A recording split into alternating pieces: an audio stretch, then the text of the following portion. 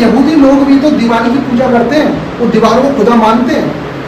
तो डायरेक्ट बोला, जिसको नहीं पता उसको क्या लगेगा कि वो दीवार की पूजा करते हैं, क्योंकि आपने देखा होगा यहूदी लोग क्या करेंगे, वो दीवार पे जाके सर टेकेंगे, वो प्रार्थना करेंगे, हालेलुया, वो ऐसे करते हैं। लेकिन लोगों का मानना क्या, लोगों वो व्यक्ति का नाम, वो मुसलमान भैया थे, उनका नाम क्या था, वो कह रहे थे कि यहूदी लोग भी तो क्या करते हैं, दीवार की पूजा करते हैं, जो दीवार पर सर टेकते हैं उनका खुदा दिवाली, तो वो भी तो पत्थर की पूजा करते हैं।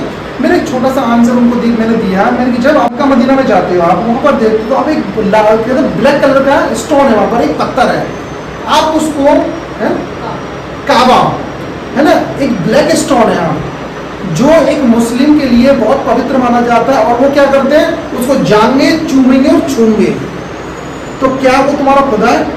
मैंने सब पूछा, उन्होंने नहीं।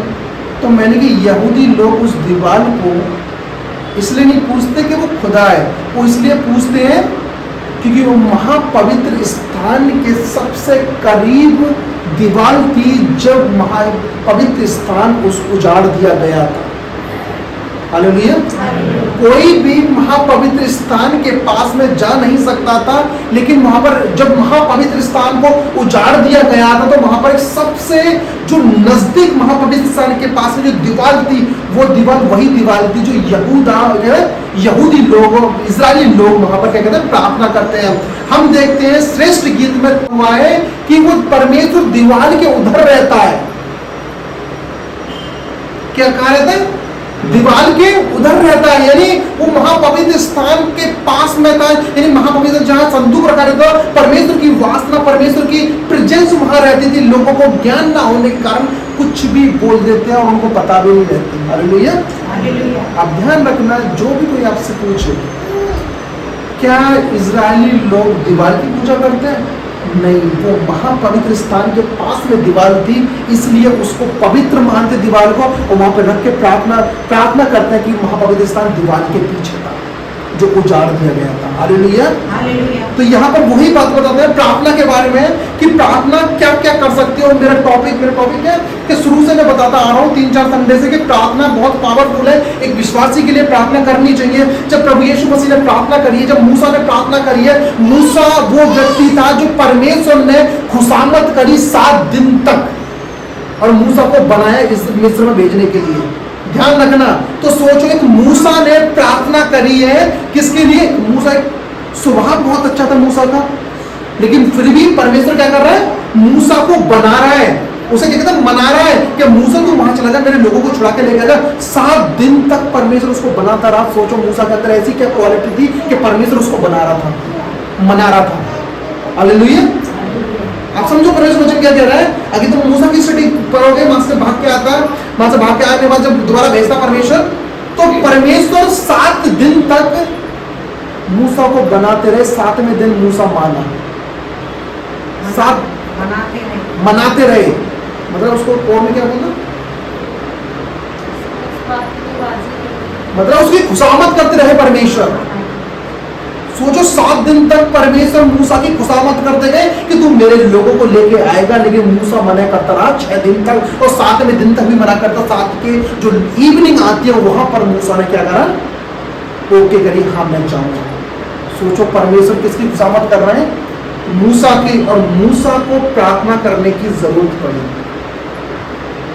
तो एक विश्वासी को जो घर में रहता है, जो बाहर रहता है, एक जो मसीह व्यक्ति है, क्या उसको जरूरत नहीं है? अब ये कहां पर लिख रही है कि परमेश्वर की प्रार्थना एक कमांड है। जो लोग कमांड, जो प्रभु यीशु मसीह की आज्ञा को तोड़ देते हैं, परमेश्वर की पवित्र आज्ञा को तोड़ देते हैं, वो आज्ञा क्या थी? वो प्रार्थना थी। पढ़ते हैं, कहते हैं तू अपने परमेश्वर यहोवा की उपासना करना। हालेलुया। यहाँ पर बताएगा यहूदी, और मतलब उसको उनका कहना है कि यहाँ पर क्या है, उसकी सेवा करने का आदेश दिया गया है। और ये आदेश कई बार दोहराया गया है कि तू अपने परमेश्वर यहोवा की सेवा करना या उपासना करना। हालेलुया। अब यहाँ पर हम इसे रैंडमली ले जाते हैं, हम ऐसे ही ले जाते हैं कि हमें हमेशा लगता है कि परमेश्वर ने सिर्फ ऐसे ही बात करी है, लेकिन आगे बताते हैं उसका कहना है कि उसकी सेवा करोगे। यानी व्यवस्था 13:4 में भी दिया है कि सेवा करने का मतलब है कि तुम उसकी प्रार्थना करोगे, तुम उससे प्रार्थना में लगे रहोगे। हालेलुया। आगे परमेश्वर वचन कहता है कि सेवा करना यही प्रार्थना है, और यही वचन पर मेडिटेशन करना और वचन पर मनन लगाना यही है।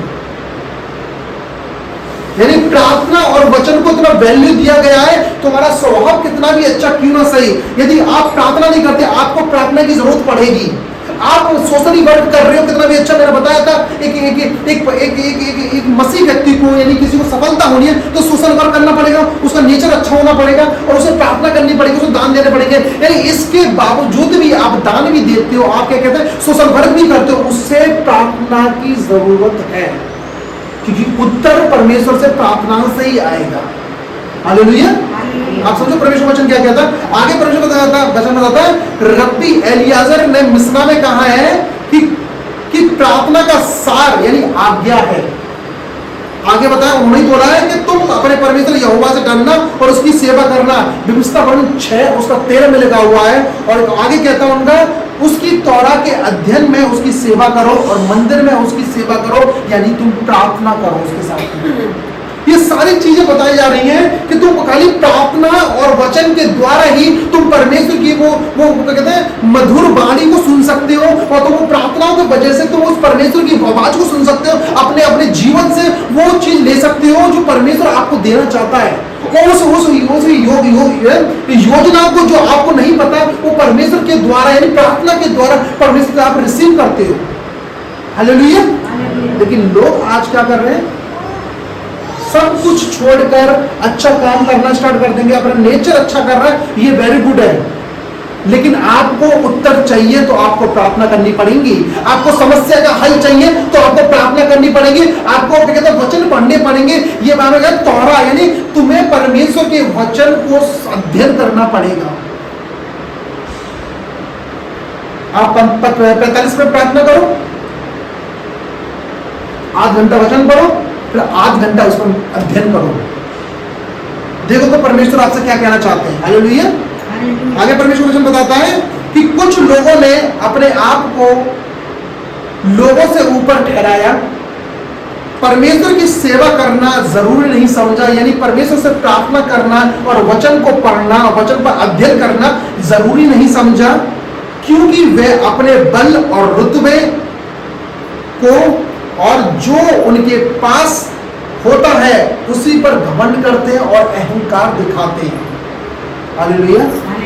आप समझो परमेश्वर वचन क्या कहता है, यानी कुछ लोग ऐसे होते हैं जो मसीह में आने के बाद या तो उनको नॉलेज में भरोसा हो जाता है तो वो क्या कहते हैं कि वो प्रार्थना नहीं कर पाते, या फिर उनको क्या कहते हैं उनके पास ऐसा रुतबा हो जाता है वो टाइम नहीं दे पाते, या फिर वो चर्च में जाना पसंद नहीं करते, यानी वो परमेश्वर के संबंध में आना नहीं चाहते।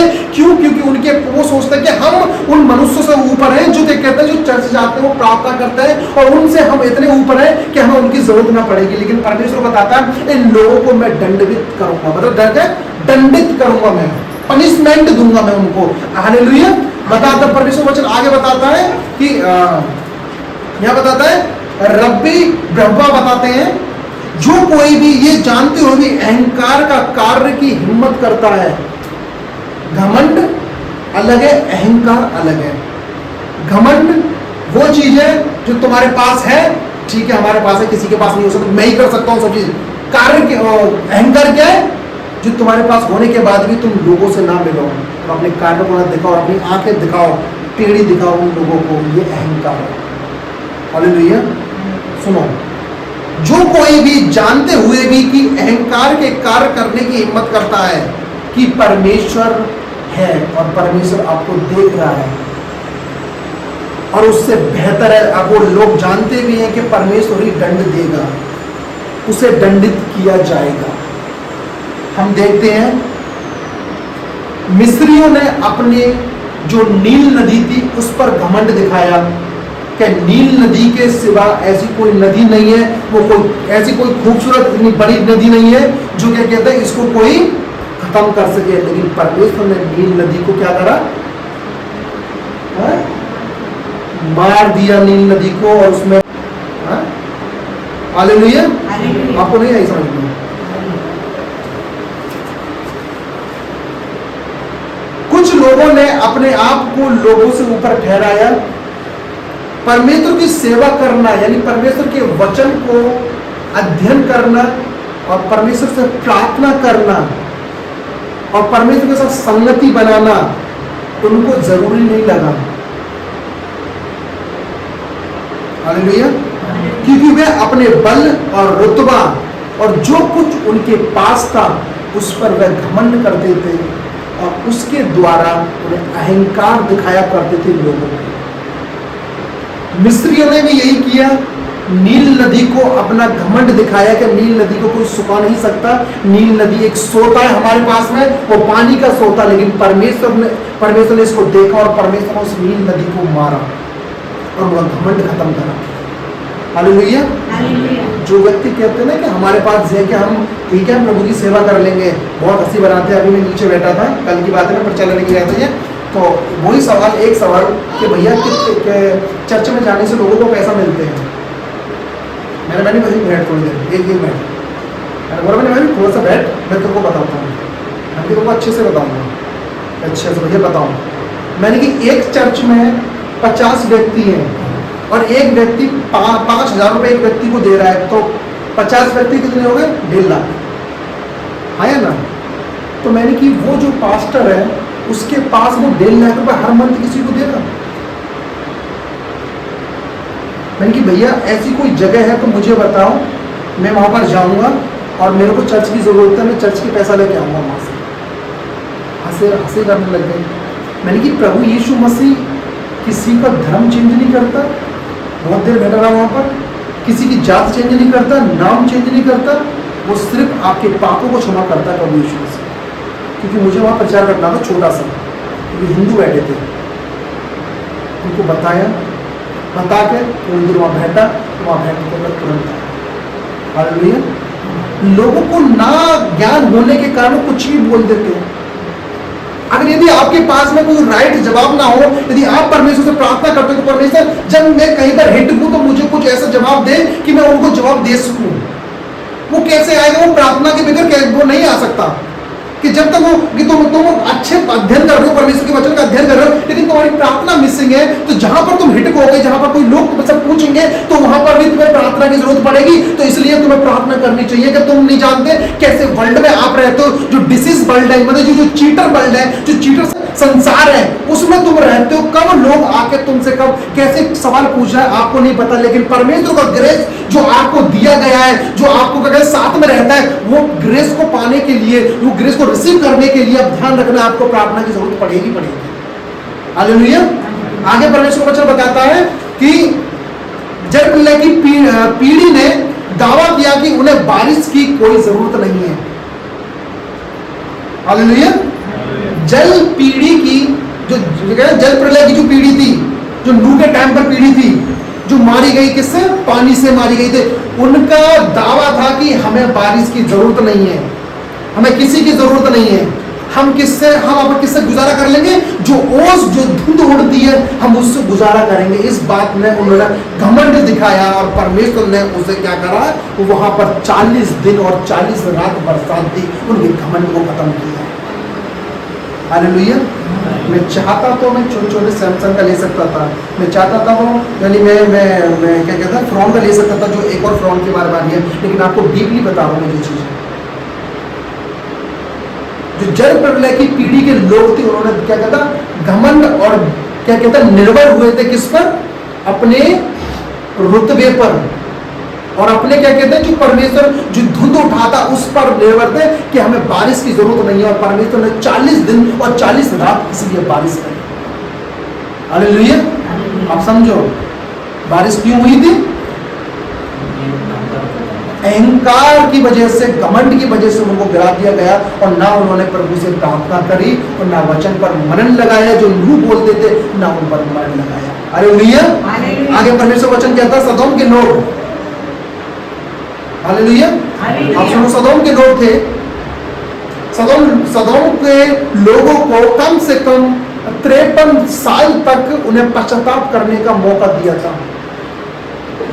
और वो इतने मतलबी थे, इतने घमंडी, इतने अहंकार थे कि वो अपनी सोना चांदी पर इतना घमंड करते थे कि वो आने वाले समय में जो लोग रहते थे उनसे भी उन्होंने दूर कर लिया कि वो हमारे साथ में साझा ना हो। मैं एक बार पढ़ता हूं आपके सामने। सदोम के लोग अपनी संपत्ति और अपने द्वारा एकत्रित किए गए सोने और चांदी पर घमंड करते थे, वह इतने अहंकारी थे कि उन्होंने अपने शहर में जो रात में जो लोग आया करते थे, उन्होंने क्या करा, एक कानून बनाया, कोई भी व्यक्ति कोई दूसरे व्यक्ति के साथ में क्या कहते हैं साझा नहीं करेगा कि हमें अपनी संपत्ति को उनके साथ में देना पड़े। और क्या करते हैं, उनके पास में इतना खान आता, वो फूल क्या कहते हैं फलवंत सिटी थी, वो इतनी सिटी थी, वो ना गरीबों की क्या मदद करती थी, ना जरूरतमंद बंदों की मदद करती थी। वो किस पर भरोसा करते थे? वो अपने पैसों पर, अपने रुतबों पर भरोसा करते थे। हालेलुया।